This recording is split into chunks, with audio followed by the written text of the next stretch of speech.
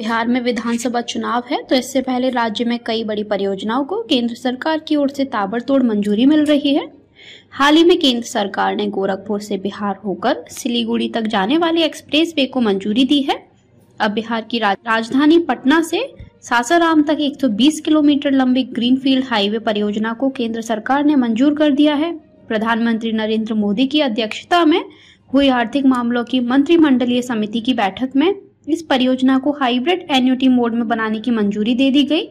इस सड़क का टेंडर पहले ही हो चुका है। अब एजेंसी चयन का रास्ता साफ हो गया। परियोजना पर 3,712 करोड़ रुपए खर्च होंगे। आरा शहर में भी लिंक रोड का एक भाग बनाया जाएगा। पटना आरा सासाराम 120 किलोमीटर लंबी हाईवे परियोजना को केंद्र सरकार से मंजूरी मिलने के बाद मौजूदा ब्राउनफील्ड राजमार्ग के 10 किलोमीटर के अपग्रेडेशन के साथ एक ग्रीनफील्ड कॉरिडोर विकसित किया जाएगा। यह आरा, गढ़हनी, पीरो, विक्रमगंज, मोकर और सासाराम जैसे स्थानों में घनी आबादी वाले क्षेत्रों की जरूरतों को पूरा करेगा।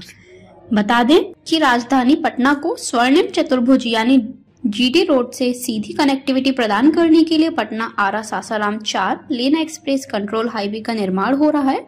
एक्सप्रेस कंट्रोल हाईवे का अर्थ यह हुआ कि इस पर अधिकतम 100 की स्पीड से गाड़ियां चला करेंगी।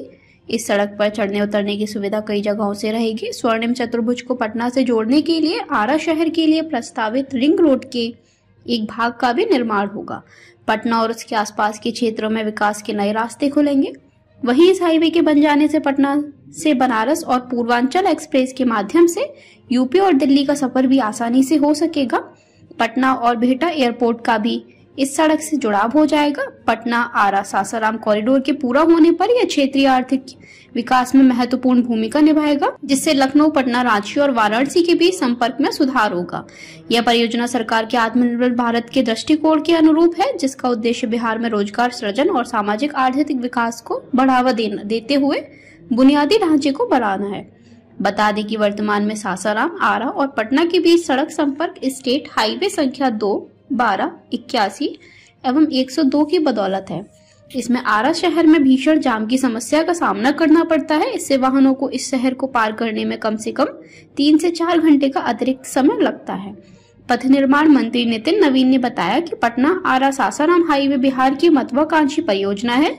इसकी मंजूरी के लिए पीएम नरेंद्र मोदी और केंद्रीय सड़क एवं परिवहन मंत्री नितिन गडकरी को आभार है। कान्होली और नौबतपुर के बीच पटना रिंग रोड से शुरू होने वाली यह सड़क सासाराम में जीटी रोड में मिल जाएगी। इसके बनने से पड़ोसी राज्य उत्तर प्रदेश भी आना जाना आसान होगा। बता दें कि बिहार से होकर गुजरने वाले रक्सौल हल्दिया एक्सप्रेस वे पर भी सरकार की नजर है। इस एक्सप्रेस वे को आर्थिक गतिविधियों के लिहाज से काफी महत्वपूर्ण माना जा रहा है। इस सड़क से न सिर्फ बिहार को पश्चिम बंगाल स्थित हल्दिया पोर्ट की सीधी संपर्कता हासिल होगी, बल्कि हल्दिया पोर्ट से नेपाल के लिए होने वाले कारोबार को भी गति मिलेगी।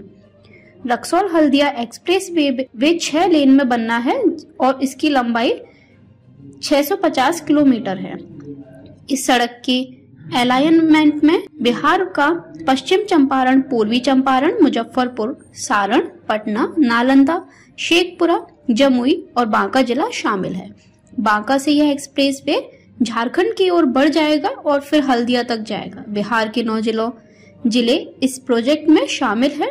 इस लिहाज से यह विशेष रूप से बिहार में आर्थिक गतिविधियों को बढ़ावा देगा।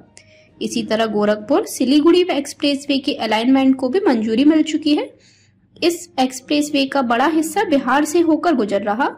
गोरखपुर के रिंग रोड से यह शुरू हो रहा है। वहां से यह पूर्वी चंपारण, शिवहर, सीतामढ़ी, दरभंगा, मधुबनी, सुपौल, अररिया व किशनगंज जिला होते हुए पश्चिम बंगाल को पहुंचेगा। यह सड़क भी 3 जिले क्रमशः यूपी, बिहार और पश्चिम बंगाल को आपस में जोड़ रहे हैं।